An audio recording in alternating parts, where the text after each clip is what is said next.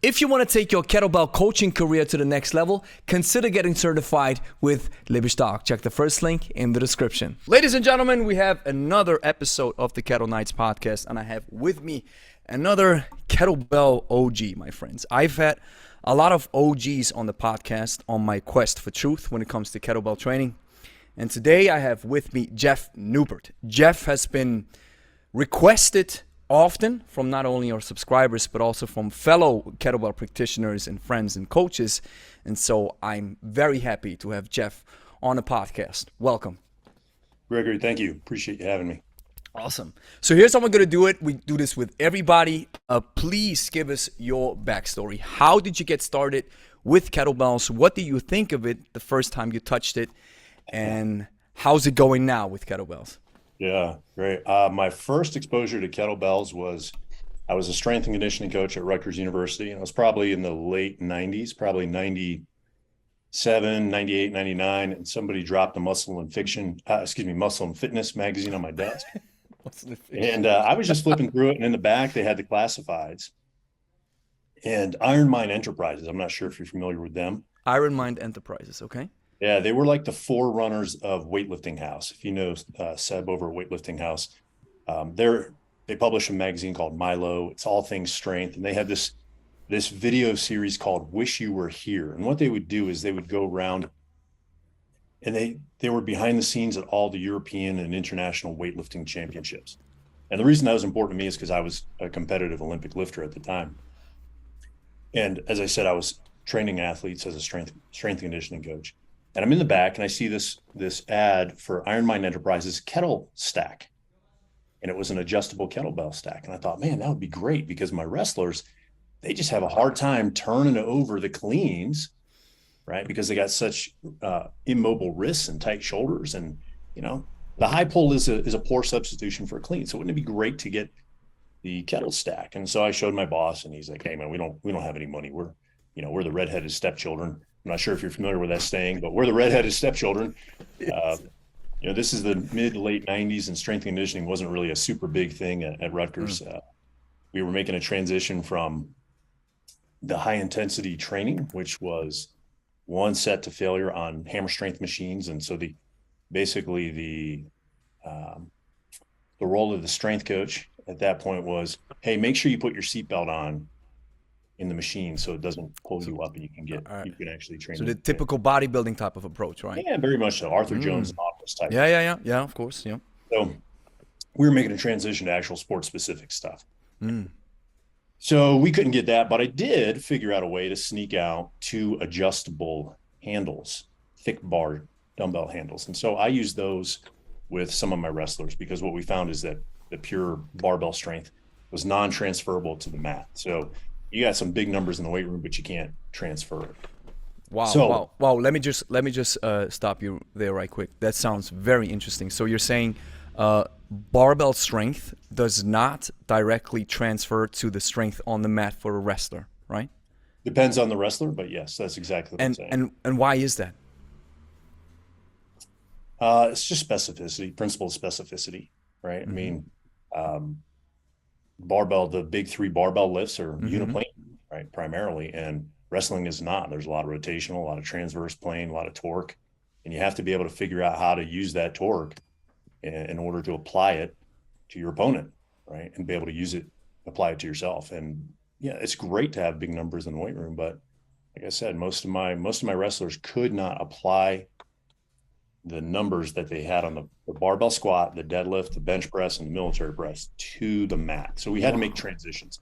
And if you read guys like Tudor Bompa, they talk about this. They talk about transition periods where you're taking maximum strength and you're transitioning it into sport-specific strength. Yes, I've read about this from Dr. Michael Yessis, which I've had on the podcast, the Biomechanics, and a lot of the Yuri Verkhoshansky, the Soviet Union stuff, which is exactly what he says, right? You're building the strength, but then you have to apply it to your sport, which is so important. It's useless to become as strong as possible if you're not able to transfer the strength onto your sport. But which sounds logical, but just my initial hunch, if we can stay on that topic for a bit, is I'm just assuming if I have bigger numbers on the 3 lifts, I am getting stronger. So that strength is somewhere. But you're saying because of the rotational forces that are applied in wrestling, because you move in different planes of motions that are not just the typical sagittal area, right? So that's the reason why you're not able to really use those numbers. You might be stronger and there might even be some effect, but it's not really translated because you're missing on the rotational axis. Yeah, that's one of the reasons, right? It's planes of motion, ranges of motion. Planes of movement, ranges of motion. Like I said, 8 a.m. here.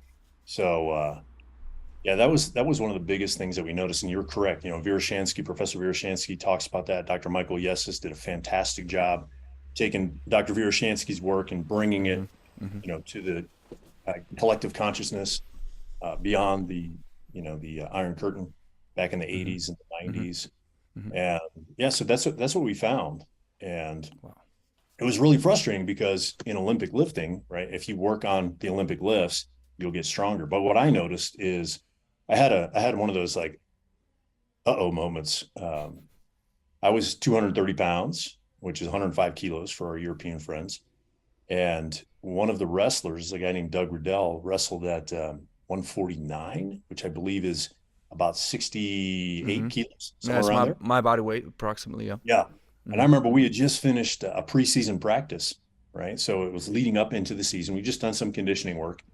And I had the guys run through the park and we were doing calisthenics and that sort of thing. And now Dougie is 70 pounds lighter than me in the off season. And he gives me a bear hug and he picks me up I'm like a feather to this guy. I'm thinking, I'm up here in the air and I'm thinking, this is no problem for this kid, right? And I'm like, all right, no big deal. I'll just break his grip. And I was shocked because I could not break his grip. And I just messed around. I'm like, Doug, you're good. Funny times. All right, put me down. We got to get going. But that was one of those moments where I was like, dude, there's a big difference between practice and theory, right? So here I am, I'm jerking all kinds of weight over my head, doing all kinds of heavy explosive pulls, squatting crazy amounts of weight for me. And I'm having a hard time peeling a 165 kid off me, 165 pound, 58 kilo kid off me. And that was one of those moments that just stuck. I mean, here I am 25 years later, remembering that moment. It was one of those amazing aha moments. And so from there, I trained some of my wrestlers. We had teams. We had 26 teams we were responsible for. My primary teams were volleyball, gymnastics, wrestling. Wrestling was my pet team. Volleyball was my second pet team. That's because my girlfriend was on the team, soon to be my wife. So I did a lot of my experimentation with these two teams. And we moved from New Jersey, Rutgers, in 2000 to North Carolina so my wife could get her doctorate in physical therapy at Duke. And I restarted a full personal training practice in 2001. And all the while I was watching this skinny, evil Russian guy in Muscle Media talk about weird types of strength. I'm like, yeah, I know about that stuff. And then they started talking about kettlebells. And I thought, man, I'm using dumbbells I'm using unilateral dumbbell training to do the Olympic lifts with my clients because the barbell lifts they're time intensive and they're technique prohibitive. Yeah. And one of the lines that John or Pavel got me with, John Duquesne, Pavel's business partner in the Russian Kettlebell Challenge, got me with was, you don't need specialized coaching or expensive specialized equipment. So in January 2002, I bought my first set of kettlebells. It was the starter set. It was the 4 kilo, the little rubber 4 kilo, which became a doorstop. Had little use for that right away. The 8 kilo, right? The 16 kilo, the 24 kilo, and the 32 kilo. Yeah. And I got the RKC VHS tape and the RKC book. And when they all came together. So I was devouring it. In the meantime, still training for Olympic lifting. And we've got dumbbells at the gym that I'm training in. And so I'm doing snatches with super heavy dumbbells, getting ready for this kettlebell snatch because, the kettlebell is built up to be just a man maker. So the kettlebells come, I completely ignore everything. I open up the 32 because it's the biggest and I grab that, right? And that's not true. I didn't completely ignore everything. I think I perused the book and Pavel says, make sure you do this outside in case you need to drop the kettlebell, right? Because you don't want to crack your floor. I'm like, skinny Russian guy doesn't know what he's talking about. You know who I am, right? Like I'm a qualified weightlifter. And so I take this 32 kilo. I'm in my apartment. It's in the middle of January. We've got carpet over hardwood floors. I snatch the weight up. It stalls, bottoms up, and I go, uh-oh. And then it flips over, smacks the back of my wrist, and I swore I broke my wrist. And I was like, okay, not to be deterred, I'm going to do that again. So I put it down. I did it again. Same outcome. I thought, man, this thing's a beast. Well, in this book, it shows Pavel doing this two-hand swingy thing. So I'm going to go do that. So I went out, took it out into the front yard because I thought maybe, just maybe, I don't want to, destroy my hardwood floors and, have to pay my landlord a large chunk of money to replace the hardwood. So I take it out and I do 20 two-hand swings. And back then there was only one swing, and it was what we now know as the American swing. So, everything's overhead. Mm-hmm. So I do 20 because, it's 32 kilos and I'm a weightlifter, right? I mean, 32 kilos, it's nothing. And I did 20 because, I don't know, it just sounded right. And I put it down. I thought, that's not so bad. And then it felt like somebody punched me in the stomach, grabbed my lungs, yanked them outside my body, and turned them inside out. That's a great description. I got to remember this. I felt like this too. Yeah. Yeah. I was like, how is that possible? Yeah. And as I'm trying to grab my breath, like, that's good. I'm just remember repeating myself. That's good. That's good stuff. Yes, I remember this. So you remember. Yeah. And I thought, man, this is just like wrestling practice. This is just like getting gassed in wrestling practice. And from then on, I was a believer. So, I messed around with the VHS tape and practiced the technique a little bit for, a couple of weeks. And then I introduced them to my clients. And back then there really was not any nuance or subtlety to how you train. And so, we had these massive bruises, like permanent bruises on the back of our forearms and on our shoulders from the bells slapping us, on the snatch or on the clean, or not on the shoulders. We had it from the clean. And I couldn't figure out how to do that. But I knew, because I was a weightlifter, right? Like, I was, a decent weightlifter, that I had to be smart enough to figure this out on my own. So in the meantime, I've got a personal training business. I've got trainers working for me. I got a business partner, and we've got this really comprehensive and overly complicated system that we bought into based on misapplied physical therapy principles. And I'm watching this skinny evil Russian guy who's just driving me nuts. And and hopefully your listeners have figured out I'm speaking tongue in cheek. Yeah. I think they already found out. Yeah. Yeah. Yes. And wow, I'm watching him, and he's able to get Grandma Betty swinging a kettlebell in 5 to 10 minutes or less, right? Safely. And this system that we're using, it was really frustrating for me because I'd already built my own system and it was working great. And that's how I built my business. I built a personal training business through word of mouth. And to the point where I was literally training 70 to 75 hours a week, one-on-one. People. So, I had a nice long waiting list. I had to hire trainers. It was fantastic. But I took what I knew was working and I submitted it to somebody who had what I thought was better credentials. And as a result, our clients started getting worse results and not getting them as fast, right? So we started losing clients. And so I've got this, how do I remain, keep integrity with this system that supposedly is the best system in the world? Yet skinny evil Russian guy is getting Grandma Betty swinging a kettlebell. Well, I just couldn't take it anymore, man. My ego couldn't handle it. It was crushed. And in 2005, I signed up for the RKC. So June 2005, I signed up for the RKC, and that was the beginning of it. So from there, I was, ultimately became a master RKC.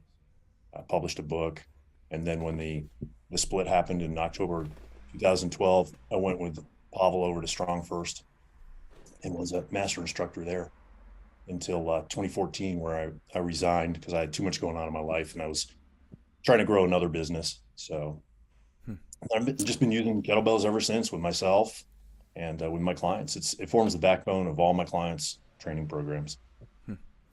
So you already heard about kettlebells and then something 99, 98 something. That's why you thought, hey, I want to get these adjustables, right? Okay. So it was already floating around, this idea, right? Yeah. Which I think is so fascinating when you look a little bit at the history, which I have taken a little bit of a deep dive on with my friend Geronimo Milo from Argentina. He showed me this incredible manuscript filled with documents of how the kettlebell came to be. And it's so fascinating to see that in the 19th century, you had strongmen from Europe that were dabbling around with just maces and even gadas from India and just heavy weights in general, doing these crazy feats of strength. And then even the kettlebell, or ring weights as they were called back then, were also mentioned.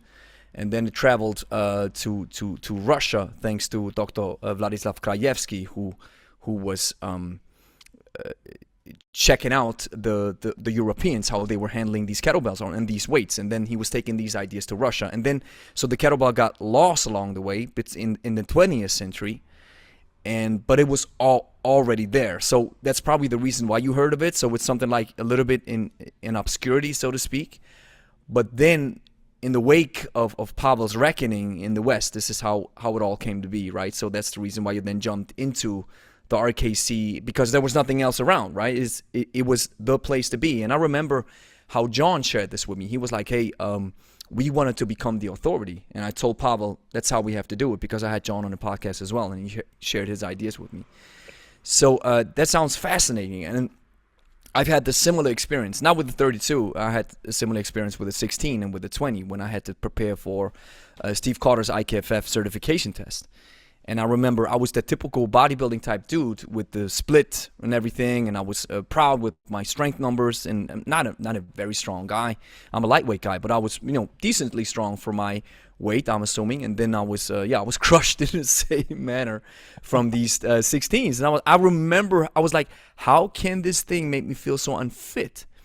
And before I was preparing for the test, I remember I was doing some sort of a workout with some snatches and clean and presses and stuff with typical reps and everything, just 5 reps, 10 reps, 15 reps. And I almost died. And I remember, I'll never touch these weights like this again. I'm going to use them for just some farmer's walks and some deadlifts, and that's it. But then, a little bit further down the line, I realized, hey, when I have to prep for Steve Carter's IKFF cert, I have to get going. So it's fascinating to me that you were actually a personal trainer running a business, and then you were adapting kettlebell slowly because your current system wasn't really working. Am I right? Correct. And what happened there? So you started implementing kettlebells, and what happened? When was that? 2005? Well, we started implementing kettlebells. So I'd been implementing kettlebells all along with like a select group of my clients.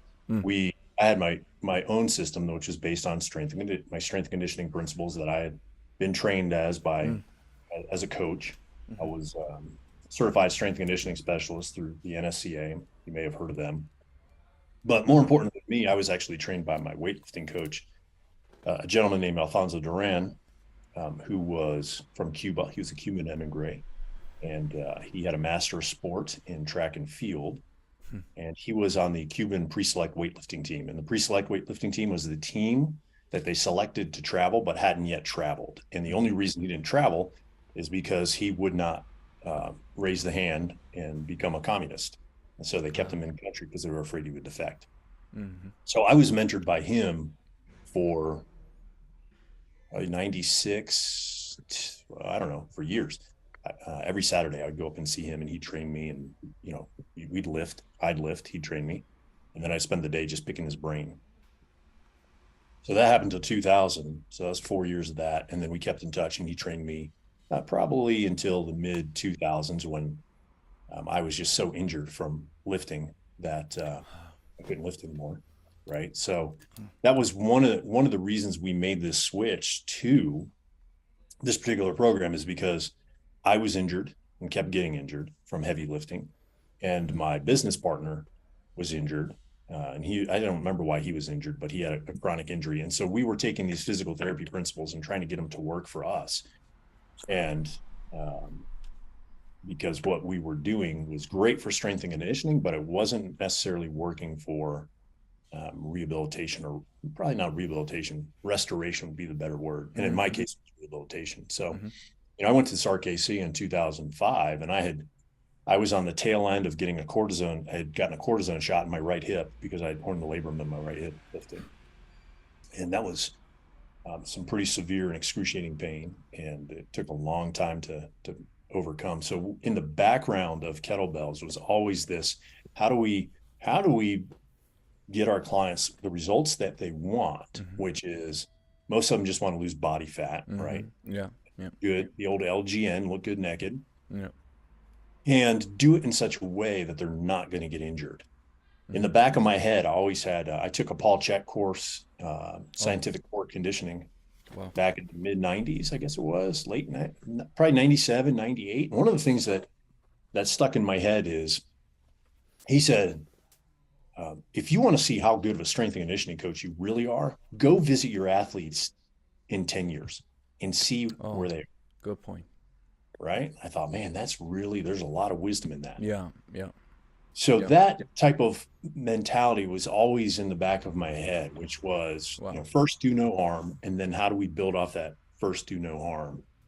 Because a lot of people just don't realize that traditional strength and conditioning methods are really bodybuilding methods. Or I should say most fitness methods are really bodybuilding methods. And bodybuilders they're there for the aesthetics. And, aesthetics are great unless you can't use them. We have a saying here, I don't know if you've heard of it.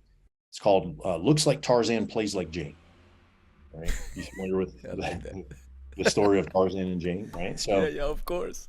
So what good is it if you have these huge pecs and 20-inch arms, but every time you bend over to tie your shoe, your lower back goes out, right? I think that's just worthless. And so I've always had in the background of my mind is, how do I overcome these injuries? And part of that is because my wife is a physical therapist, so I've kind of got I live in two worlds.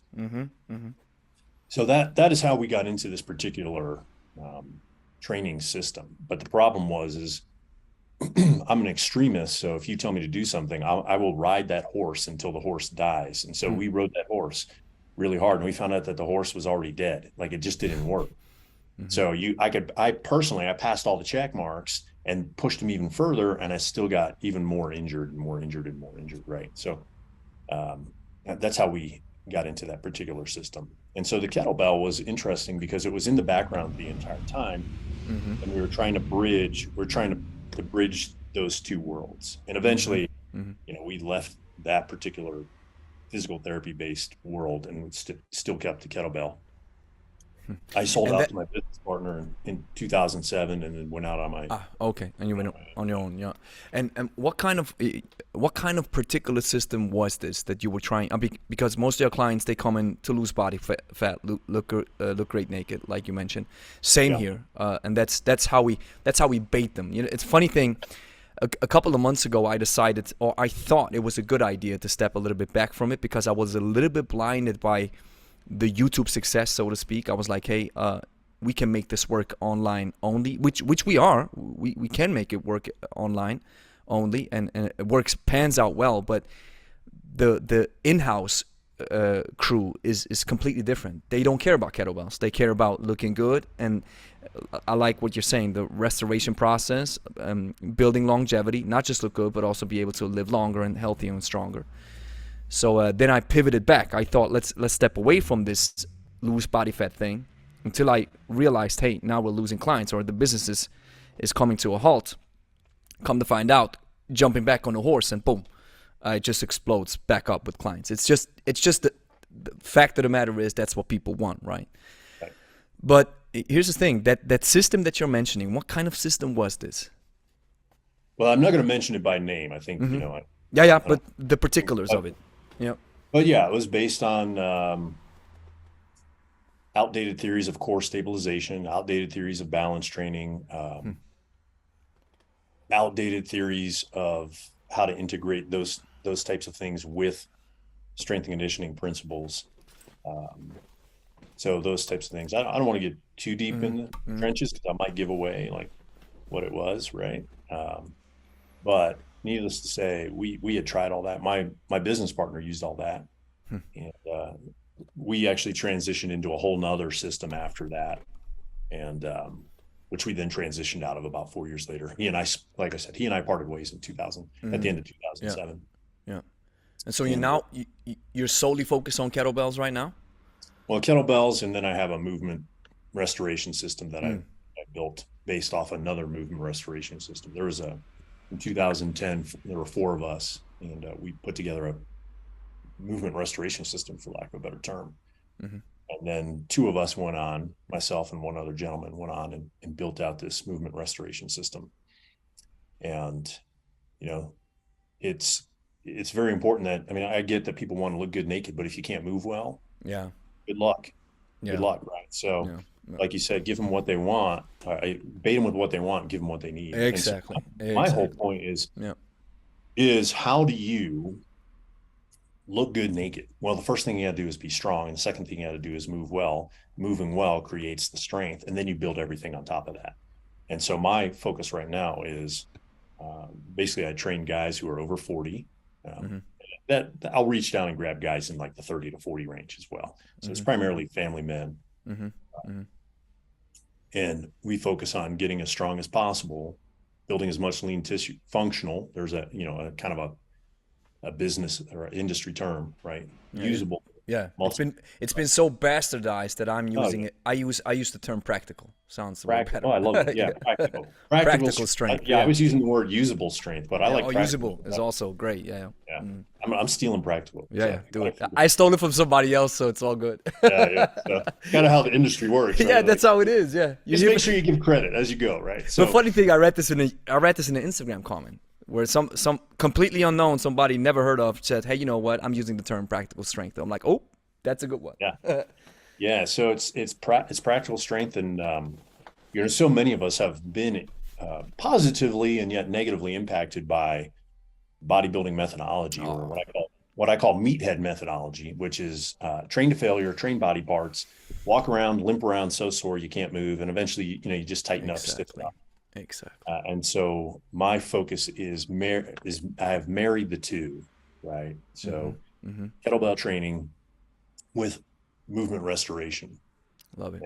And, my clients love it. My customers seem to love it because they keep getting more customers, and current customers do become repeat buyers. So if they buy into the philosophy, it's interesting because a lot of guys can't buy into the philosophy. They stick their toe in the water and they go, this is just so foreign to me because I got to do my curls, and I got to do my my bench press, and I got to do all this stuff that Arnold did. Well, Arnold was in his 20s when he did it, and he was on steroids when he did it, and that was 50, 60 years ago when he did it, right? 50 times were different.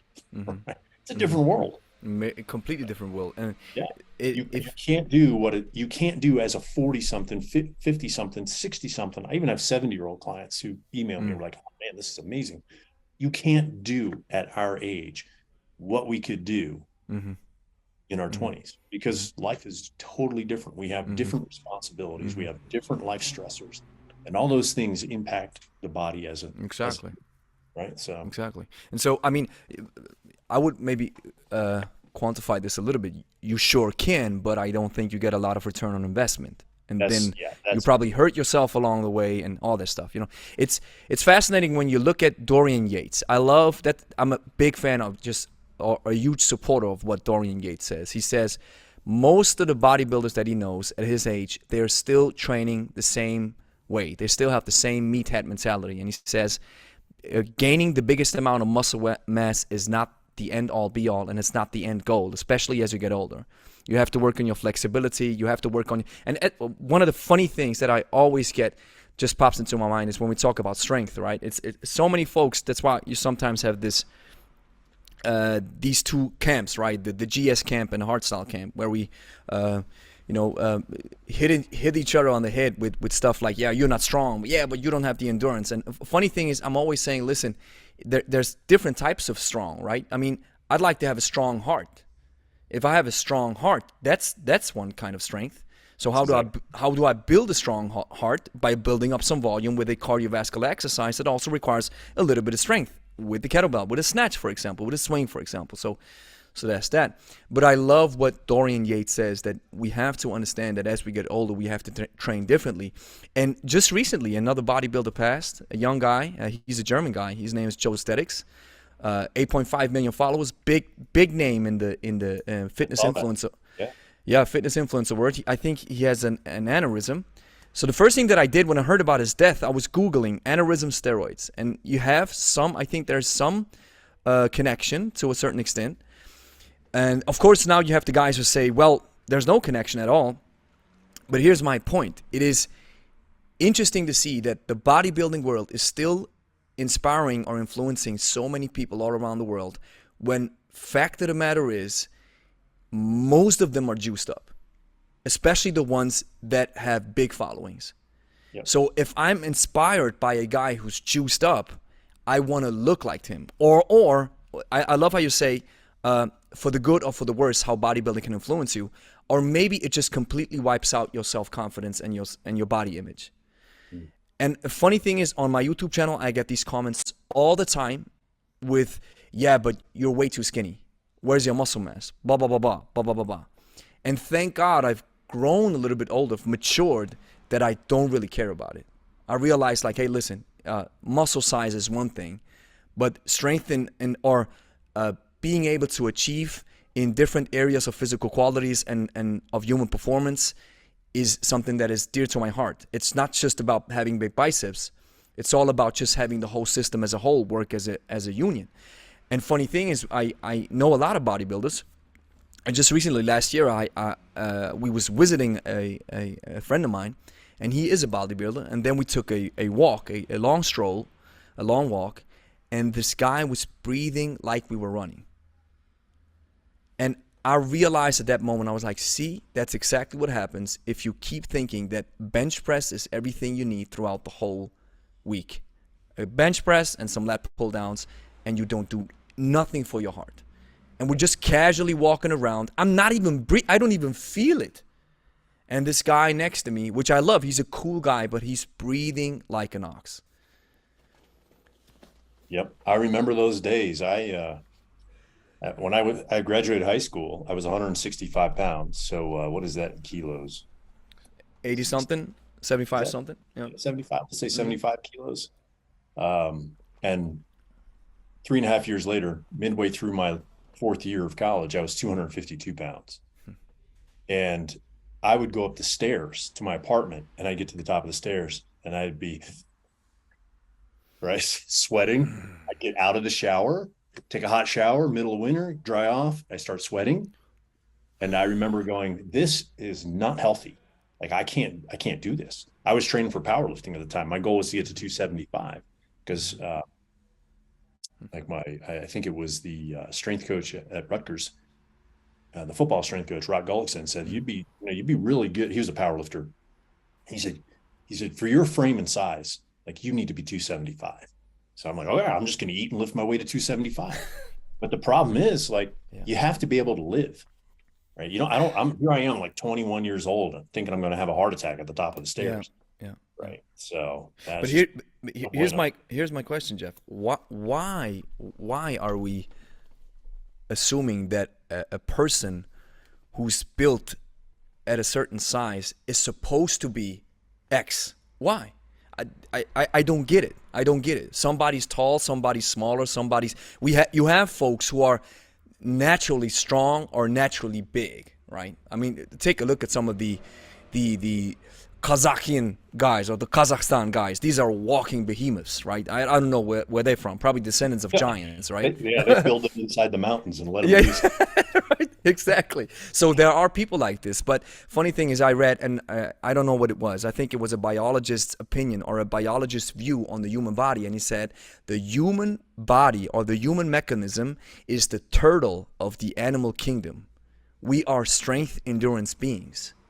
And while there are exceptions, that doesn't mean that you're not supposed to be strong, because I just recently read an article from Stronger by Science. It's a fascinating aspect that they shared in a newsletter. They said that 60% of people who are currently working out are achieving their endurance goals, or they are matching the endurance goals and only 20% of those who are working out are maxing out or achieving their strength goals.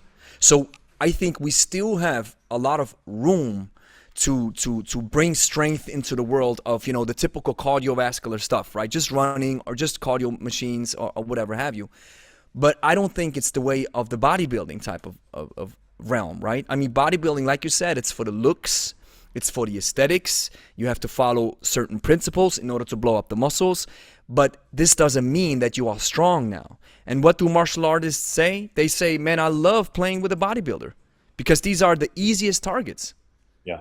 They're gassed after a couple of minutes, right? Yeah. They're big targets. They don't move well. Yeah. Right. And they have no endurance. So, yeah, I think it's interesting because you brought up a very good point there. We have actually two worlds that we have to bridge. We have the bodybuilding world, and then we have the aerobics world, right? And Bill Phillips tried to bridge the two worlds back in the mid 90s, early 2000s, the Body for Life program. I'm not sure if you're familiar with that, but it was, he made millions of dollars, like hundreds of millions of dollars off that. What was his name? Bill Phillips. And it Bill was Phillips, EAS. If you know creatine, you know Bill Phillips and EAS because they were the first company to mass market creatine. Right, yeah. And so he built his business off of marketing creatine first and foremost, and then he built this program called Body for Life, and it was a transformation program. It was a 12-week transformation program. And so the foundation was bodybuilding and then high intensity interval training mixed with some low intensity steady state or LIST training. It was a 5-6 day a week program, but it was bodybuilding aerobics. And one of the things that I appreciated about kettlebells is, a lot of people don't think they have the ability to work out 6 to 7 hours, maybe 10 hours a week. Okay. And that's a whole nother argument right there, a whole nother conversation. But the kettlebell marries the two. Funny thing, Geoff, you know what I say when people tell me this? I tell them, okay, pull up your phone. Yeah. Show me the screen time app. Exactly right. And then I guarantee you we can cut out some hours. Everybody spends way too much time on that social media crap. So that's and then it's always like, okay, you got me. See? Yeah. Even family fathers or mothers, they're like, I don't have no time. You probably spend way too much time on Instagram, right? Yeah, it's the stats. Everybody does, right? Yeah. Not me. I hate Instagram, man. That's good. That's good. I hate IG. But, so keep going. Yeah. So, but you bring that up, right? The average, I don't know what it is in Europe, but in America, I think the average American spends about 5.5 hours a day on social media and touches the phone about 2,500 times a day. That's just, it's just mind blowing. I think if you would just take 50% of that time that you spend on your phone and dedicate it to a craft or to a language, you probably learn like 5 languages in a year, because it's a time-sucking vampire. That's what they are, and you really have to. Funny thing is, just on a side note, since I'm now, I've read a couple of books on marketing and business, and I'm now realizing that some of the time that I spend in my business are not as valuable for money-making opportunities, such as building ads, working on my offer, writing better offers, writing better ads, writing better copy just to get more clients in. Instead, I'm spending too much time on my minute stuff, that busy work, right? Which led to a realization that, wow, it's not about posting reels or posting videos on YouTube, even though since our YouTube channel is growing and we now use it as a solid pillar and base in the business, it has to be at least 1 video per week to get the channel going, because it's a workhorse and we have to feed it. So in that regard, I see most definitely my time is well spent. And when it comes to Instagram, okay, we can also say if I produce a couple of reels and then I can retarget this audience for our lead generation program for 30 days of kettlebells or the 30-day kettlebell challenge, that's also worth my time.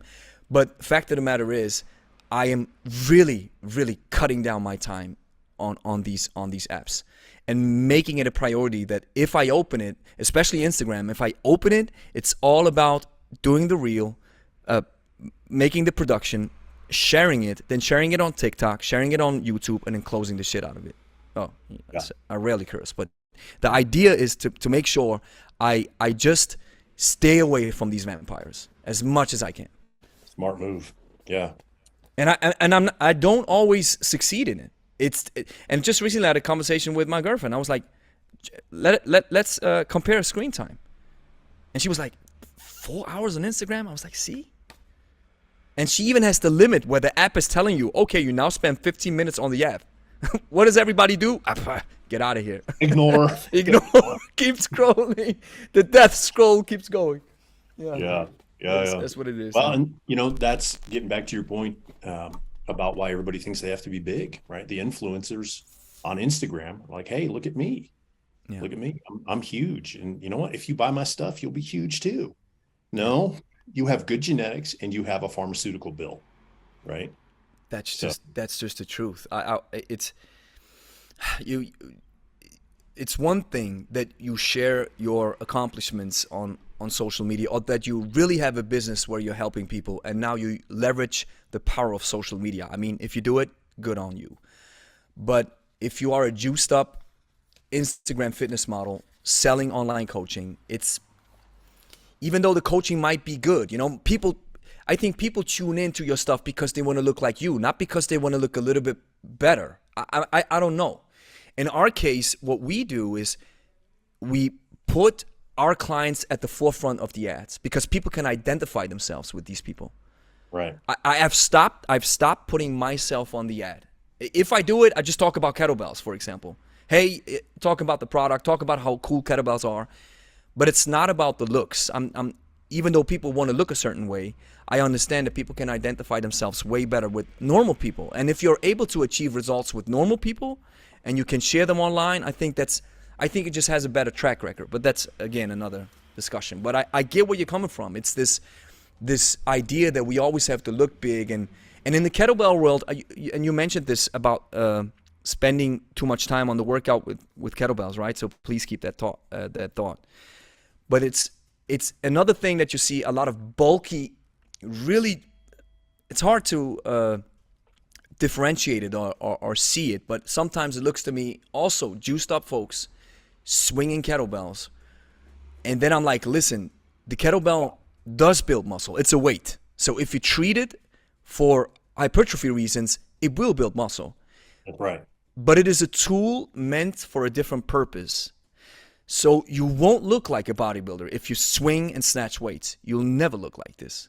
Correct. So it's another illusion to a certain extent where people think, wow, I can look like this. Well, yeah. Yeah. Right. It's what were you doing before you touched the kettlebell? Me?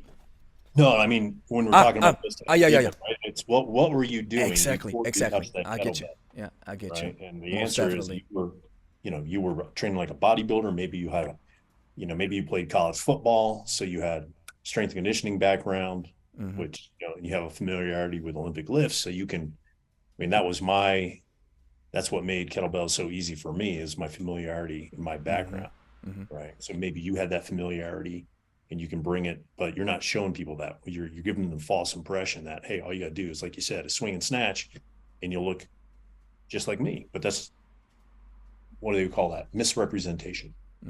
Untruth. I think that's what some people call it, right? No, it's misleading. Misleading. Just like I don't want to step on nobody's toes here, but I think it's a similar situation when you are selling a program or showing people very fancy exercises with kettlebells, really fancy ones. And now, for the sake of looking like a Hollywood coach who always has to reinvent the wheel and then sell their program because it's the next big thing, you are now misleading your clients with your program or with your coaching, because I can guarantee you, try a couple of these flows with normal people. And here's a interesting realization that I had. The people who spend the most money are the ones who are in the most pain. So these are usually the ones who are a little bit older, have tried many things in their life that didn't work, and these are the ones who are now willing to spend a little bit more money in order to achieve their result. And these are typical folks who are not who don't have a lot of kinesthetic literacy, or maybe they do, they just don't know it. But the fact of the matter is, these are complete novices and beginners, and they have a huge pain point. And our job as a coach, or as a business rather, is to find a solution for that pain point. Yeah, correct. So my understanding is then, if this person signs up with you, you have to do your due diligence, like you said, do no harm, but also don't waste no time. Correct. So if they walk into your gym, you have to give them. You are responsible, and you're even called to. You're forced to give them the most bang for the buck exercises in the time that they spend with you. Right. You mentioned that the barbells are require a lot of time and technique, right? Especially the Olympic lifts. In the Olympic lifts, yeah. Right, most definitely. So that's exactly why in our sessions we use the basics 99% of the time. When we teach a snatch, we teach it to folks who are a little bit more advanced, and we rarely do stuff where people have to think too much. It's about the skills. They have to learn it and they have to understand it. But I think as a coach, especially when you work with normal people, and I'd like to get your take on it, especially when you work with average normal people who are willing to spend money to get a solution for their problem, then you have to find a perfect balance between giving them a lot of value for the time that they come in for the training, plus the skill practice. But the skill practice should not, in my opinion and in my experience, should not overweigh the time that they spend on training, unless you have somebody who walks in and says, listen, I want to learn everything about kettlebells. It's not about the body. It's not about the looks. I want to learn kettlebells. What do you think of this? I agree 100%. I mean, I'm trying to think, and again, it's a little early here, so my brain's not firing on all cylinders, so I apologize to you and your listeners. But, I can honestly say I've never had one person come to me in 30 years. Whew, man, that lands hard. You're still young. You're still young. That's right. I'm really young, right? Like I got plenty of juice left. Plenty of time. Yeah. Yeah. So I've never had anybody come to me and say, hey, you know what? I want you to train me to be an Olympic gold medalist. Now I've trained athletes who have been semi-pros. I've trained pros, right? I've trained high school athletes, and obviously I trained college athletes, even trained some little guys, some middle school athletes. My son is 12. He does BJJ. I train a BJJ kid who's like 16. I train my son and a couple of his friends, right? Every once in a while. But nobody has come to me from ground zero and said, hey, I've got all the money in the world and I want to be an Olympic gold medalist, right? Nobody's ever done that. And maybe I'm fishing in the wrong pond, right? So, all right, hey, I got to go. I've got to go hit some marketing to go find this gold medalist and make a name for myself. See you guys later. Exactly. It's always been, hey, man, you know what? I've got like 20 pounds I need to get off. And I've been struggling with this thing 20 pounds, right? Or I got 30 pounds. Or in some cases, like, man, I got this back issue that just won't go away, right? Or I've got this knee issue that just won't go away, or whatever, right? And so my goal is always, like you said, to start them with the most efficient exercise plan possible. I want to get them a quick win. Right? I always want a client to walk away going, man, that was great. I feel better than when I started. And this has been primarily how I keep clients. I don't set out to keep clients. Like, I build a relationship with clients and I'm there to serve them. And when they think I'm done serving them, then, that relationship moves on. Right. But I've got one client I started with in 2001 in North Carolina, and we now train online. And what is this, 2023? We took a little hiatus for about 6 years. But so I've known this lady for over 20 years, right? We've done everything together. She was we still joke about the kettlebell, the smashing, the bruises on the back of the arms. We wore them as badges of honor, oh, you do kettlebells. That's right. I do kettlebells. See, right? But it's always about getting them the quick wins so they can buy into the program, right? So they remain motivated and they see the results. So hopefully that answers your question. Most definitely. And it's just I love I heard an expression once that said, just imagine you want to open up a hot dog stand, and what do you think is the best crowd? And then I think a professor was asking his students, and then folks are like, well, in front of an arena, well, in front of in a business section of a city, from the banks, and he was like, you're all wrong. All wrong. A hungry crowd. Right.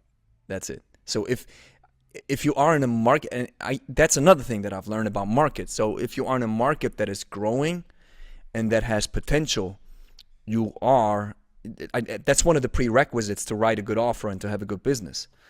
But if you are in a market that's starving, for example, the newspaper business, which seems to be starving and dying, or the radio business, which is probably all the kind of stuff, which is replaced by the internet, then you are in the starving or dying market, and then you have to pivot and adapt. So that's funny thing is that's stuff that has nothing to do with kettlebells. And I think it's fascinating that you've mentioned that your guys were like, hey, I need my curls and stuff.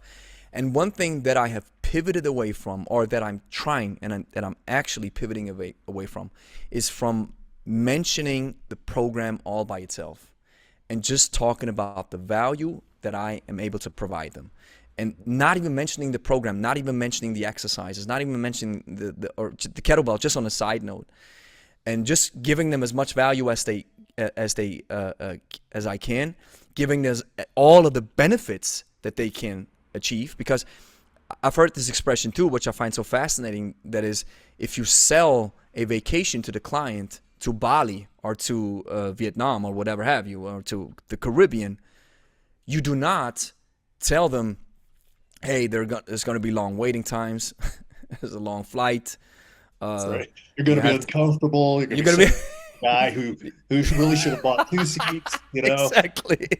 It's going to be awful, but then you're going to enjoy it. But you talk about the beaches. You talk about the awesome time that you're going to spend with your wife there and stuff. So that's exactly how I'm now as well trying to pivot away from, especially to this crowd who just wants to get in shape, because I'm always so hung up on kettlebells and I can't stop talking about it, which is great if I have a crowd that's only interested in kettlebells. But I also have a crowd who's just interested in getting in shape. So then I'm switching or pivoting the conversation, so to speak. Yeah. Well, I mean, fortunately now you've got a background in kettlebell training and a strong background in kettlebell training. And so now, I mean, the secret, quote unquote, is the kettlebell is arguably the best tool for getting in shape, quote unquote, in shape, right, in the shortest amount of time, if you know how to use it and if you know how to program it. Exactly. If you don't, it's just another tool. It's like a rock, right? Exactly. So that's always been the attraction to me for kettlebells, right? One of the biggest attractions to me for kettlebells is the ease on the joints. It's the plyometric effect, virtual force, right, and the increased loading on the posterior chain and the anterior chain. Right. And if you go unilateral training, right, the asymmetrical loading in the fascial slings, right, the sling systems of the body, which make you a stronger, more functional human being. And because that's more energetically demanding, right, you're going to burn more calories than you would if you just did like the elliptical. Right. So and you're going to have more usable, practical strength. Right. There's the practical strength than if you trained as a bodybuilder. You did 30 minutes of bodybuilding and then tacked on 30 minutes of cardio on the back end. The typical stuff. Take all that, you can crush it into a 20 or 30 minute solid kettlebell program. And for me, that's the attraction of the kettlebell, right? It's the combination of the Olympic lifts, it's the time efficiency, and I can train for maximum strength. I can train for muscle hypertrophy. I can train for power. I can train strength endurance. I can train power endurance. I can train cardiovascular endurance. I can train everything I need to train with one simple little piece of equipment if I know how to program it correctly. Exactly. And that's where most of the fitness world misses out. Even today, right? They're over there doing curls with it, and they're doing their lateral raises with it. And there's this cool thing called a goblet squat. You can do that. So I'm going to do that. And then it's a doorstop. Mm-hmm. Exactly. But from your GS background that, and it's energetically intensive. And if you want to pull some body fat off, just give somebody some high rep swings for a little, most sets of high rep swings. And another thing that I see as a huge benefit is you have people standing. Yes. What I As opposed to what we're doing here. yeah. Whatever, having a conversation. So make sure you're standing. They said sitting down. yes, exactly. But here's the point. I started my fitness journey as a fitness instructor. So before that, I was really hooked on training. I was that guy who filled out the whole sheet of paper that was given to me by the trainer, which normally just lands in the catalog and never gets opened again. But I always pulled it out and I filled it. And once I got it full, went to my trainer. I was like, I got it full. Let's do a new training. And I was really looking forward to these moments because I was so hooked on it. And then I started working in the business or in the fitness world in that regard. And I quickly realized, bro, this has nothing to do with sharing your passion of fitness. This has everything to do to sell a membership to a facility that people can use for 2 weeks and then they don't use it ever again. And this is the major part of running let's say like a commercial gym. Exactly right. It's not about, and that's just the plain truth. And I don't care what I've gotten in real trouble with gym owners, but that's just the plain truth. If you are not taking your time to work with people on a regular basis, and doesn't even have to be personal training, but just on a regular, very frequent basis to teach them the stuff and work with them, then you are doing your members a disservice because they're. Funny thing is, where are gym fails coming from? Gym fails are coming from the fact that people do not know how to use your equipment. A gym fail will never happen in my gym because people never use equipment without my supervision.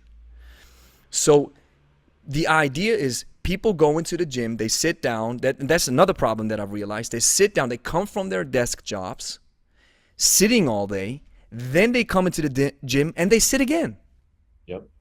They sit on the leg press, they sit on the leg curls, they sit on the leg extension, even on the biceps machine. Bro, man, you can stand up and do some curls standing. No, man, everything's... Hey, let's not forget about the pec deck. You have to sit to be able to get that squeeze to get those inner pecs. You know what I'm saying? Exactly. To grow the inner pec. Yeah. Did you mention the bike? Because you can sit down and ride the bike. The seated bike, the stationary bike, right? Stationary bike. The bike's nowhere. Takes you nowhere. This little VR screen on the front of your bike. Right? Imagine this. The bike is going to tilt, and you can pretend to go someplace. You know? And now we use a wind machine, we use a snowing machine just to give you the feeling, man. Just pick your bike and go outside. That's exactly right. But that's just a funny thing. I realized this, so I went out of this business. I was like, this is impossible. We cannot help clients. And then I started this thing. And now with kettlebells, it's like you mentioned, it's completely different. We just started with another client just a couple of weeks ago, and he's overweight, so we started training, focusing all about on losing and shedding pounds and getting stronger. And he told me, he was like, wow, finally something that I enjoy. Yeah. Because it's so taxing on your system. Of course, if you dose it right, the minimal effective dose. So you don't want to destroy your clients. It's all about the minimal effective dose, but even the minimum will force your clients to use connections or to build connections from their brain to the muscles that they never had before or that they never even thought about before.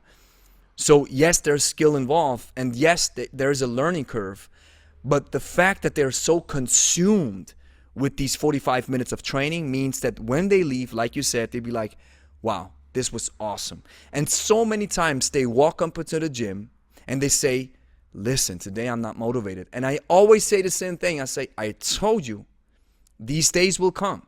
You won't be motivated, but you're showing up. That's awesome. So then we do the workout, and not all the time, but in many cases, they leave and they say, thank God I came. It was exactly what I needed. Yeah, that's, man, spot on. It's the discipline of showing up. The discipline trumps the motivation. I've had many conversations with that. You know, with clients just like that. I don't feel like working out today. Good. Just come on in. We'll warm you up and see how you feel. And they always leave and they're like, man, I feel great. Thanks for being here and, you know, holding me accountable. Exactly. That's what people need. Yeah. I'd like to pivot the conversation a little bit to your story with, first of all, you mentioned Paul Chek, right? What do you think? What do you think of him? I think I saw a video. I saw a lot of stuff about him, and he saw one of his videos where he seems to be one of the strongest guys ever to live, or something like that. And what's your take on Paul Chek? Well, that's a tough question. I think he's done the fitness industry a lot of good.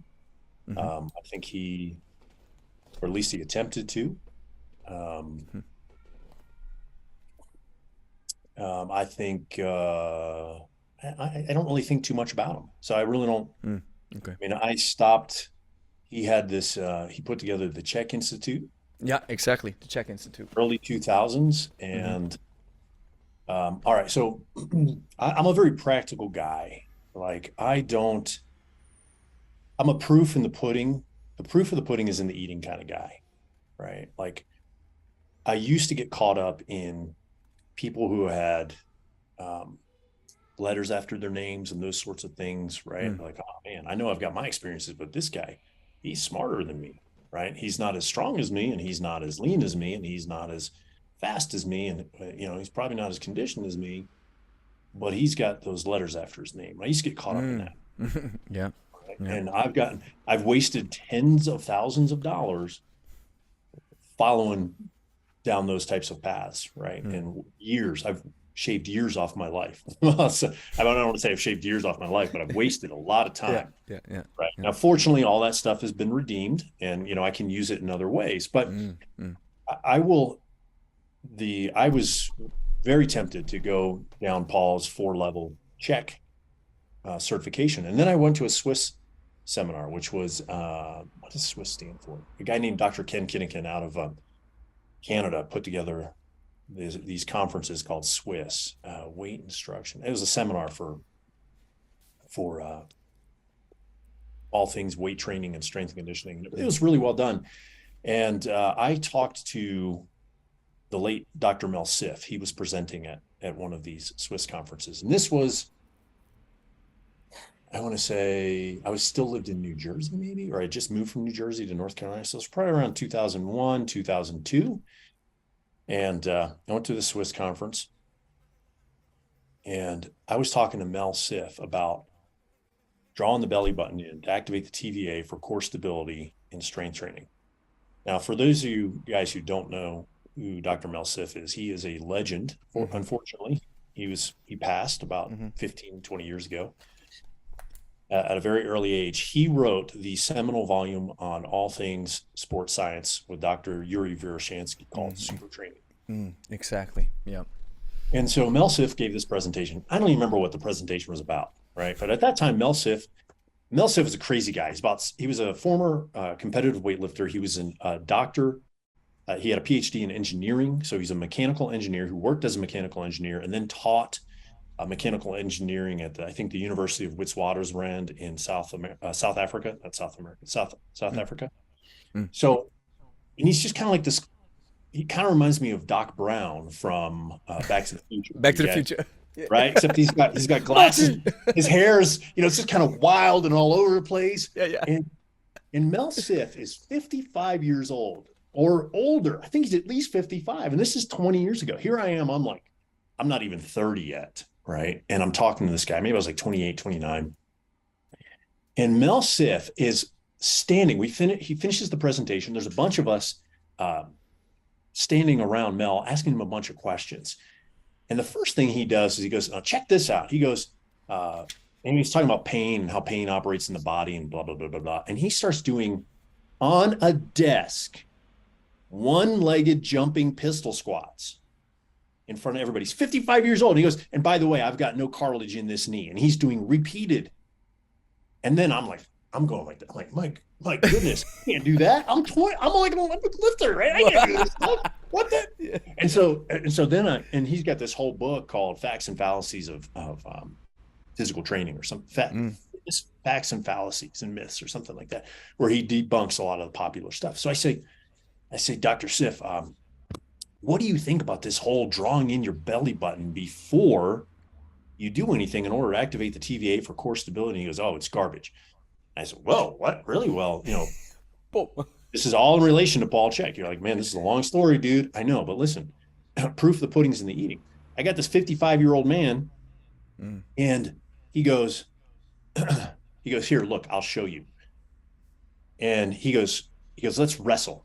So we tie up, and we got all these people around us, right? We're tied up, and he goes, all right. He goes, let's now, go.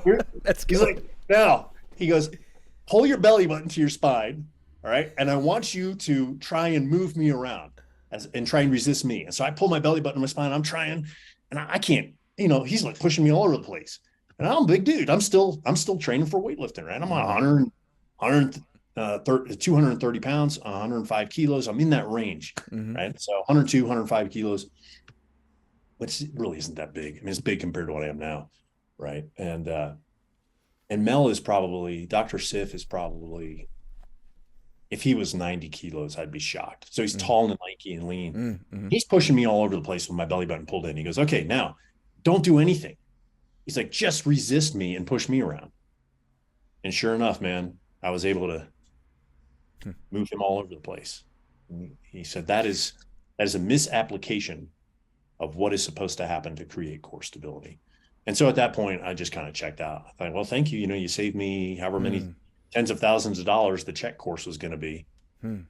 So what is the rationale behind this belly button thing, and how and what's the actual way that we should contract the core or make sure we are stable? I mean, I have an idea, but now you're going down a rabbit hole. So now we're going to go down a rabbit hole. We're going to kick over some sacred cows and all kinds of fun stuff. Kick some sacred cows, or kill some sacred. We're going to tip some sacred cows. Slaughter them. We're going to sacred cow tipping. So there was some research done in the mid 90s. Jules Hodge and Richardson were 3 physical therapists down in Australia. And what they found is in low back pain patients, they did EMG analysis, and they found that the timing of the transverse abdominis, which is a muscle, it's like a corset-like muscle, which is part of what we know as the inner unit, which is a group of muscles that form essentially a non-compressible cylinder, right? Which creates core stability, which then creates a structure around which your body can transmit, absorb, and produce force. Okay, that's the role of the inner unit, or when we talk about deep core function.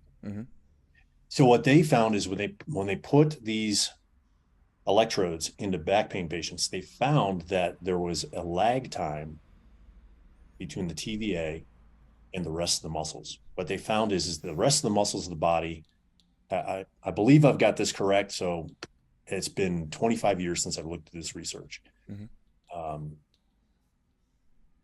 What is supposed to happen is your TVA, your transversus, is supposed to subconsciously and automatically contract before, like milliseconds before any other muscle contraction, to create that core stability along with other muscles.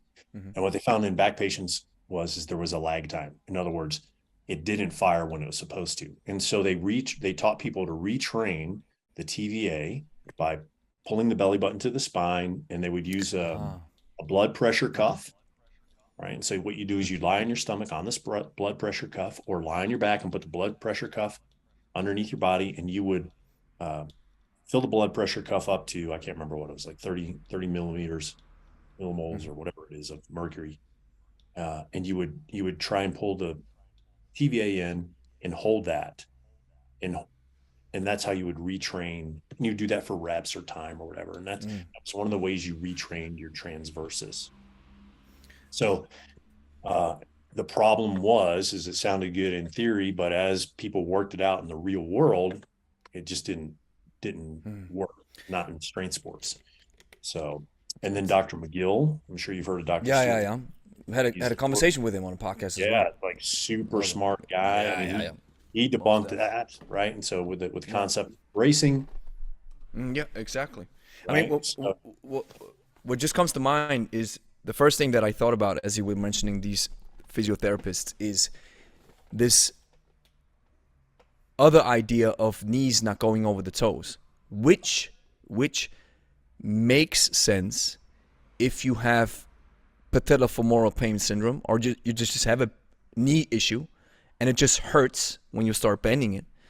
So then what makes sense, and that's exactly what I think this myth comes from, is a physiotherapist who, in my opinion, understood biomechanics and said, listen, if you want to train your legs, push your hips back, go into a strong hinge, and then bend your knees. Make sure your tibia doesn't move forward so we don't put pressure on the knees, and build strength in your hips. So for me, that sounds like a temporary solution for a person who's suffering a particular condition, but not a generalist approach to everybody. That's exactly what this idea that you've now shared from these 3 physiotherapists for people who cannot activate their TVA. The first thing that comes to mind when you work with people is, it's no wonder I don't need no scientific evidence to prove that people are not able to activate their muscles. Right. Especially people. And here's my thinking. You have low back pain patients. I'm assuming they have never trained or rarely trained. I'm assuming they have bad movement habits, like McGill is pointing out. Your bad movement habits are what contributing to back pain. So you have a specific set of the population that is suffering from a problem that not everybody suffers from. But when I see it in the gym, we have this all the time. When I demonstrate the hinge, I have so many people, I call it knee dominant. They just start bending their knees forward. I'm like, you're not using your hips. You're just bending your knees forward without putting pressure on your hips. You're now putting pressure on your quads and on your knees. Is that how you sit on a toilet? No, you don't. You hinge and then you squat. So that's what we have to now program into your brain to learn it consciously, not unconsciously. And so that's where I think the knees over toes idea comes from. And now you have the other extreme that says, well, knees have always to go over the toes. And then I'm like, yeah, but you have people who experience pain. So then they have to build, in my opinion, strengthen the hips first, in the strongest muscles, which then radiates towards the quads and the knees. And then you can try to push the knees over the toes. And funny thing, I'm having a conversation with Andrew Charniga, Bud Charniga. He runs a blog that's called sportivnipress.com. Yep. And he just signed up for the podcast. Really looking forward to it. Excellent. And he's a weightlifting professional, and he has all these great blog posts about how the muscles of the shank work and how important it is that the knees move over the toes. How you have so many people think that this is one of the 7 deadly sins, right? But then you look at weightlifters, and he makes such a great case. Look at weightlifters when they pull the weight up into the clean, and then they really drop down into this deep squat. And then you see the shins moving forward, the knees moving forward, even the feet collapsing inwards to catch the weight. Mm-hmm. Yet you have these folks rarely experiencing any injuries in the shank or in the ankles or in the knees, right? Yeah. Which is so fascinating. It's funny that you bring that up, because I suffered from 25 years of chronic bilateral knee pain. And I didn't squat the first couple of years of when I lifted. So I started lifting because I broke my left arm wrestling. And that was my junior year of high school. So I guess it was like 15. And back then, right, I was influenced by talking about the influence of bodybuilding. So I was influenced by bodybuilding, and for legs, you ran.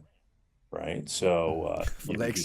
Right? Bodybuilding in the gym, and you run for your legs. Right. You walk. That's enough. You walk. And then my senior year, I just missed a devastating knee injury. I dislocated my kneecap. So my kneecap got pulled out of the trochlear groove, and ran. I apologize for blocking the camera there. Ran about a third of the way up my leg, and my coach had to pull that back in, and I didn't get any therapy for it. But it turned out that I punched a hole in the cartilage underneath the patella. And so from that point on, I had a pinch at about 30 degrees of knee flexion. And I also I'd been going to the doctor for knee pain, but it was interesting because of that. I was taught that the knees never go over the toes. And the reason you have knee pain is because your knees are going over your toes. So you got to sit back like a power lifter. So you hinge into your squat. Exactly. Right. And then your knees will be fine. Well, what happens when you do that and your knees get worse? And that's what I experienced in, good point. Yeah. I guess about 1994. And I went to the doctor, And he said, "Oh, you know what? I've got the perfect protocol for you. I'm the orthopedic surgeon. I work with the New York Jets, which is an American football team, and this is the protocol I use for their guys who have PFP, patellofemoral, PF, Yeah. oh, Patellofemoral yeah, pain PFP, syndrome. Yep. patellofemoral pain, right? Which is Yep. what you have, and so you do this, and you're going to be right as rain. Well, really, it unloaded 6 weeks of squatting, right? And then that's when I started looking at Olympic lifters because everybody said, don't squat below. You can't break Exactly. as a power lifter, you sh- are in the danger zone by going below that Yes. 90-90 at the Yes. knee. Yes. The shin And is I'm not supposed to move forward. Yeah. That's right. That's right. Yeah. You got to sit back and let the hips take Yes. the load. And I'm looking at Yes. these, Yes. Olympic lifters, and these guys have the biggest freaking quads I've Yeah. ever seen. Right? Like Exactly. to rival bodybuilders, and in many cases better. And I'm going, but wait, they're doing the exact thing you're telling me not to do. So who am I going to listen to? I'm going to listen to this egghead, right? Who's got skinny legs, Yes. right? And whose Yes. protocol isn't working for me. Or am I going to look out here in the wild, in the real world, Exactly. and see what's really going on? And so I taught myself how to move from a powerlifting hip dominant squat to as close as I possibly could an Olympic lifting upright squat. And what was interesting, as soon as I got those knees forward over the toes, that knee pain started to disappear. You are describing exactly what Andrew, our Bud Charniga, is saying, and I want to share this article because I just opened it up and so you can see it. And for everybody who's on Spotify, you'll have to really switch to the video in order for you to see this. So this is the article. Can you see it? Yeah, absolutely. So this is what he says: muscles of the shank, movement of the shin, and susceptibility to lower extremity injury. And just to make it, I want to just run through it shortly. He says in these two images, right, where you have one basketball player or these two basketball players, he says from this little movement right here, you see the knees behind the toes. And in the second image, the knees moves over the toes. And here the same, right? First left image is safe, how they would call it. And then you see the knees moving forward. He says this is a relatively benign circumstance. And what happens? They have Achilles rupture from this movement. And what he points to the fact is, and that's why I have to get him on the podcast, because he says the problem is you are creating an imbalance between the muscles of the shank, or the anterior, the tibialis anterior, the muscles right in front of the shin, because you never move. And I think he also goes really a step deeper. He says the muscles, the tibialis anterior, is a knee bending muscle. So the tibialis anterior has the ability to bend the knee, because when you move it forward, what does the shank or what does the shin do? It pulls the shin forward, the tibialis anterior, and what happens? The knee starts bending because it's pulling it forward, right? So fascinating stuff. And then at the end he says, watch this image right here. And that's just exactly that's just, I showed this. I remember I had we were certifying a group of physiotherapists in Basel, in Switzerland, and I showed them this image, and they all almost died. Yeah, their minds went. Their minds were blown. And they were trying to explain. It's funny how, but you know, from a natural standpoint, I was like, watch this. Yeah. Watch this. This is how much kilos?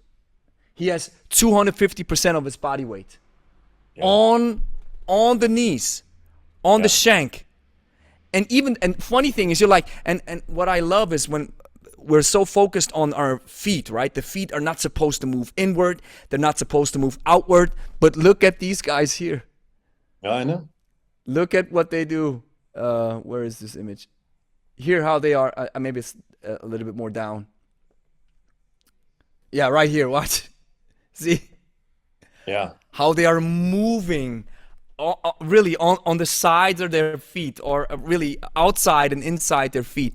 And what he just basically explains at the end of the day is, he says, the funny thing is, you have the NFL, the NBA, they have dedicated areas or dedicated centers of injury treatment because it happens so often. And then they think the solution is in the shoe or in whatever have you. And then you have these football players buy these expensive shoes that are supposed to, and then they tape their feet. They tape the ankles, do everything, and they are preventing the shank from moving naturally. Yep. What do you expect is supposed to happen? And he lays it out so clearly. I don't get it. What's hard to understand? These are plain facts. Yeah, well, it's perspective, right? It's your paradigm, the lens through which you view your world, right? And it's myopic. A lot of people just, they don't want to admit that they're wrong. They'd rather be right and suffer the consequences of thinking that they're right than to admit that they're wrong. That's it. Like, one of the best things you can do for yourself is prove yourself wrong. And that's the whole scientific method. Like exactly. The scientific method used to be prove yourself wrong. Now used to be right. Used to be. Exactly. Yeah. Before COVID, used to be. Yeah. Now it's prove yourself right. Exactly. Yeah. So, we don't want to listen to dissenting opinions. We just want to hear everybody who's in our boat. Yeah, exactly. That's exactly right. So, wow. Yeah, it's fascinating. I've got a lot of ideas and thoughts on foot position, body position, pressure, knees. One of the things that I found out with knee pain is directly related. So a lot of people will look at the ankle and they'll try and mobilize the ankle, or they'll try and mobilize the hip and strengthen the hip. Mm-hmm. But all those are distal components that are subject to what's going on inside the core. Mm-hmm. Right? So core dysfunction also promotes knee pain and knee issues. So for example, we're sitting down. Most people sit down all day long, right? Sitting down inhibits respiratory function, full respiratory function, the full inhalation and exhalation. That inhibits the function of your deep inner unit, your deep core musculature. That inhibits the function of your abdominals, right? And all your core musculature, which then inhibits the function of your hips and all the muscles in the lower extremities. And what's really interesting is, I don't know if I want to go here because it's sacred cows and all that stuff, but I will. Sitting down inhibits respiratory function, which then alters the position of your head, pulls your head forward, which then alters the function of your respiratory function, right? It's kind of redundant there, or your breathing function, right? So you can't take a full breath, which then inhibits your deep abdominal stabilizers. And the breathing and the head position go hand in hand. It's like a negative feedback unit. So a lot of people, so I told you that I work on restoration and kettlebell training, marrying the two. So we have been able to get rid of knee pain almost immediately in some people, and hip pain and all other types of weird things, simply by restoring the function of breathing, their natural breathing function, and their resting head position, because it all flows from the head. People are like, how can that be? And I say, well, okay, I tell you what, here's what we're going to do, a little experiment. I'm going to allow you, no, I'm not going to. I'm going to cut your spinal cord at C2, C3, and then we're going to see how well you function. Like, well, that will do. Well, one, you won't be able to breathe, and two, you won't be able to move any part of your body. So what we'll do is we'll hook you up with a ventilator, and all that muscle tightness that you had will be instantly gone. Right? Yes. But that's how important everything above the neck is. Yeah. But we don't conceptualize that. It's a different way of looking at things. Now, am I saying you can fix all knee pain? No, you can't. You can't fix all of anything. But there's your starting point. Yeah. Wow. Right? Okay. And then we go back and we take a look at those pictures of those Olympic lifters. I changed the way I squatted because I was looking at, tying this back into how I got into kettlebells. I'm watching another Iron Mind Enterprises video, Wish You Were Here video, and Ronnie Weller or Ronnie Veller, as he says, because he's German, right, was on top. He was a super heavyweight, and I think he competed from 1987 to about 2002. And he was perennially either first, second, or third in the super heavyweight category. And I'm watching this video of him just squatting because Dr. Strossen's got behind the scenes. And he's like, and here's Ronnie Weller, and he's squatting an easy triple with at least 2 times his body weight. He weighs 140 kilos. He's got 730, 765 pounds on. I can't even do the math on that. It's well over 300 kilos. 300, we'll say 320, 330 kilos. Yeah, at least, yeah. I'm watching him squat, and I went, hold on. That looks weird. And by the way, Ronnie Weller has got sprinter's legs on a weightlifter, like proportional. You know, sprinters have those great big thick hamstrings, and then quads, and a big thick balled up gastrocs and big butts. That's what Ronnie Weller looks like. I'm like, wait a second, something's weird about the way he's squatting. And I'm looking at him, and I lean in and I press pause, and there is about a 1/4 inch to a 1/2 inch, or for my European friends, there's a centimeter of daylight between the heel of his weightlifting shoe and the platform when he's in the full squat. Wow. With 320. Wow. So he's that deep. He's rock bottom squat. He's coming out of the squat. He's actually in the squat. He's coming out of the squat. Excuse me. And you can see daylight between the heel of his weightlifting shoe and the platform. So what does that tell you? That tells me all the weight is shifted forward to the toe box. Exactly. And not on the heel, which is where we're all taught to squat. Keep your weight on your heels, sit back into your hips, 90 degrees at the hip, 90 degrees at the knee. Don't let he was hack squatting it. with a barbell on his back. And it was an easy triple. There was no struggle for him. He wasn't grinding it to get out of the hole. Yeah. Right. For him, this was Tuesday, you know? Just another Tuesday. It's just Tuesday. It's fascinating. Man, there's so many good things to unpack. But there's a couple of things that you said also about pain. I've realized this as well. We have a lot of clients who suffer from just pain since forever. And some of the clients we were able to eliminate pain, and some of the clients we were able to reduce pain. And I've realized that for some people, the swing is not the best tool when they have back pain. For some it is. Some need a different dose. Some need a different swing, a different weight. But the fact of the matter is you're able to reduce it at least. But some people will always experience some level of pain. It's not something that you can take away from everybody. But at least if you can give them a relief, that's a big benefit, right?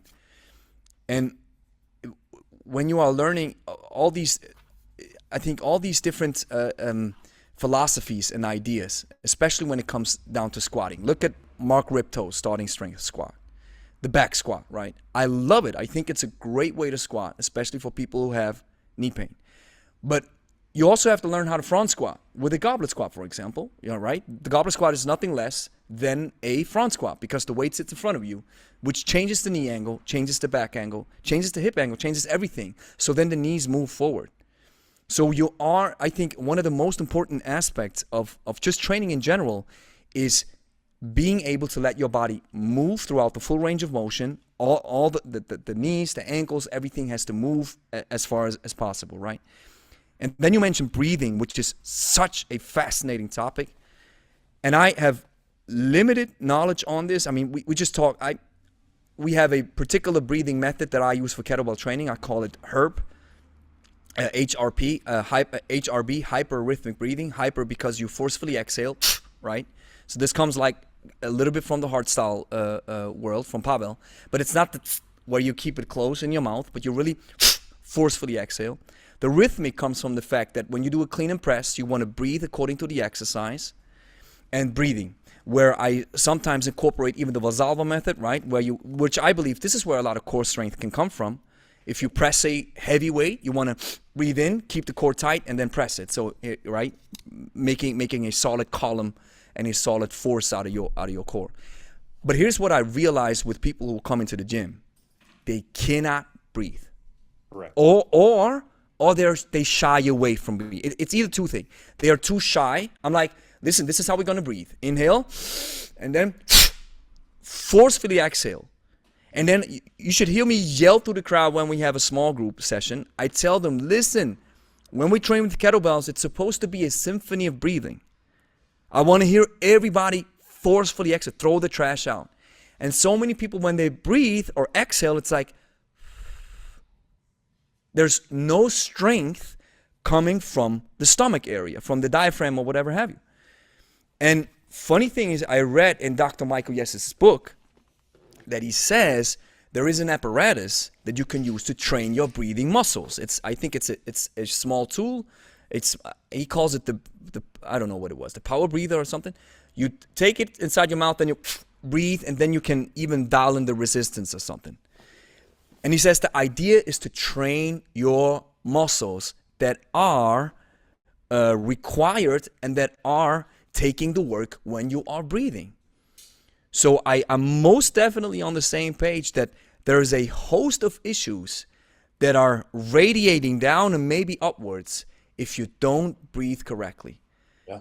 And you don't nobody's breathing into the nose. Everybody's always instead of really using the nose, where you get more clear air, you get even more quality, you build the nitrogen oxide, right, which dilates the blood vessels. All that good stuff is happening when you breathe into the nose, and nobody does it, or rarely, especially with beginners. So there's so much truth in there. I can most definitely attest to it. Yeah, it's fascinating. You can, if you teach somebody how to breathe, and you can get them, I mean, it's ridiculous. I talk to my clients about this pretty routinely. We are so dismissive about breathing and the importance of breathing, but how long will you live if you can't breathe? And the answer is probably 3 to 10 minutes, right? Exactly. It's that important, but because it's an everyday sort of thing, and because it's operating behind the scenes, we're incredibly dismissive about it, right? So if you can teach somebody like you're doing with your clientele how to breathe properly, and then you put the kettlebell on top of that, it's right, magic. I mean, it is magic, right? I mean, it's is. not, it's science, but it's magic to the person who experiences exactly. Right? Exactly. But it doesn't fit that whole aerobics and, bodybuilding, pec deck, get your pump on. It doesn't fit that paradigm. And so it's so incredibly strange. It's like, it's funny. I was interviewing a friend of mine about my restoration system, and he says everybody wants different, and I totally agreed with him. And then you present them with different, and they're like, "Oh, that's too different," like they want familiar, but the familiar doesn't work. You say you want different, I'm giving you different, but you want to hold on to the familiar, which isn't working for you. Like, humans are really weird like that. We say we want change, but then like you present the change, you're like, "Oh no, this is too uncomfortable." Wow. But here's just popped into my mind. I'm reading the book from, I think, Charles Duhigg, The Power of Habit, it's called. And he said that you always have to, if you want to build a new habit, you always have to attach it to the familiar. And such a fascinating book. And this one sentence really struck me.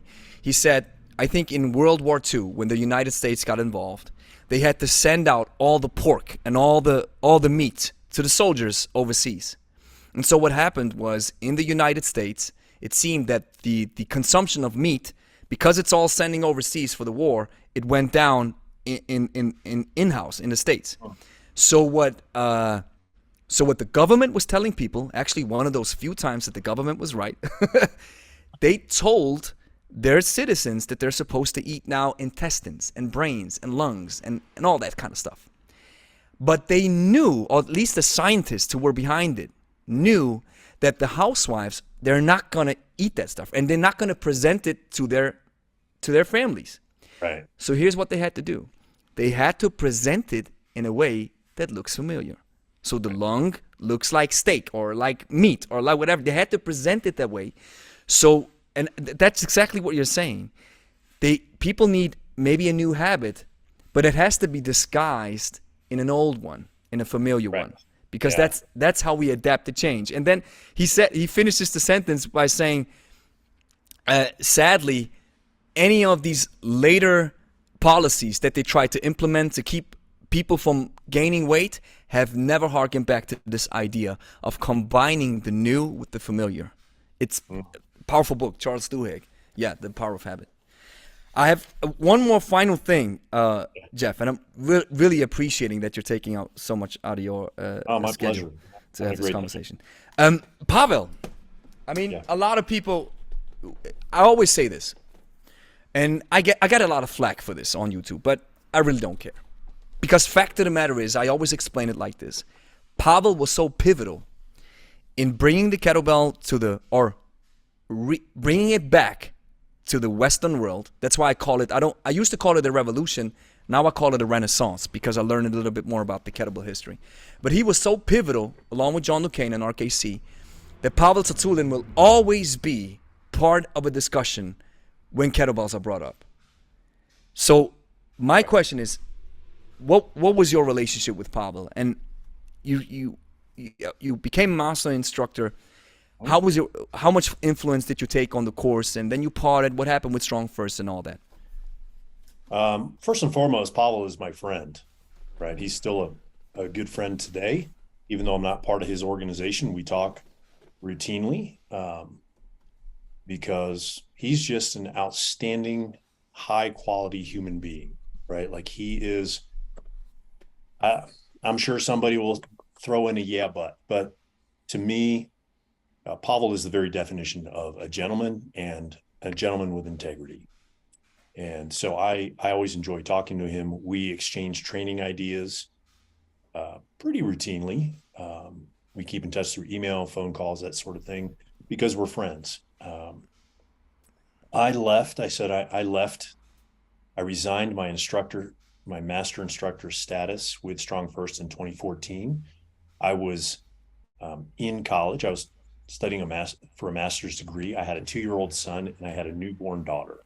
And I had this other business that was getting off the ground. So, and I had a real estate business in multiple states in which I wasn't living, right? Like so remote. So I'm managing, and I have my online business. So I'm managing 3 different businesses. Mm-hmm. I was the education manager at Strong First, as well as being a master instructor. So I edited the certification and course curriculum. So it was too much on my plate. I had to step away. Yeah. So I had nothing bad to say about Strong First at all. I think it's a great organization. I love what he's doing over there. And I will always support what they're doing. And people say, well, why aren't you back in with Strong First? Well, I probably could go back in, but I just don't have the time to do that. That's not really what my mission is right now. My purpose and my mission is dealing with guys a little younger than me. I just hit a milestone birthday not too long ago. Mm-hmm. But my mission and my purpose is not to build kettlebell instructors, right? My mission and my purpose is to help guys who are 40 and older recapture what they lost in the previous 2 decades from going into corporate America or corporate Europe or corporate Australia, right? My Australia friends, corporate Asia, right? And sacrificing their lives and their families to the man, and they wake up and they're 20, 30, 40, 50 pounds overweight, and they look in the mirror and they go, who is that dude? Like, I don't recognize that guy. I mean, I know who I see myself as, but the person staring back in the mirror is not that guy. So that's my mission and my purpose, is to help those guys out. So I think that answered your question. Did I? Yeah. I need to elaborate more? No, so. That's fine. It's what I mean. What even resonates more is that the steep why that you're having and how you explain it with the guys who get lost in corporate America. And one thing that comes to mind is my conversation that I had with Dan John, where he said most guys get lost from 19 to 35. Mm-hmm. They get lost you mentioned the corporate world. A lot of guys get lost to the bars, of course, and then they raise families, and then they have this deadline mentality. It's like, I gotta deliver, and when I have time for myself, I want to completely relax. And then you have all these important activities like reading a book or staying in shape or eating healthy and learning new stuff about training or just being. And you don't even have to do a lot, right? It's just most people show up for 1 workout per week, which is awesome, right? But most people get lost along that way, and then you come back, and you have to rebuild, or you have to really take a big step back and then reevaluate your situation and find like, okay, wow, there's a lot of stuff that I have to take care of now, and just read a study that says 9 out of 10 overweight people gain it back. Yeah. And so the later on, and that was like, yeah, you are a 100% true scientist. not trying to discredit scientists or talk bad about them, but what he said at the end when the interviewer was questioning him was like, well, what are we supposed to do? Then he was like, well, not get fat in the first place. Yeah. Was that Art Devaney? I don't know who it was. was. I don't know who it was. But there's a lot of truth in it. But folks, there's a lot of people who are overweight already. So what are they supposed to do? They need a solution. So yeah, that's exactly right. But it is what it is. Yeah. So that's exactly what we do.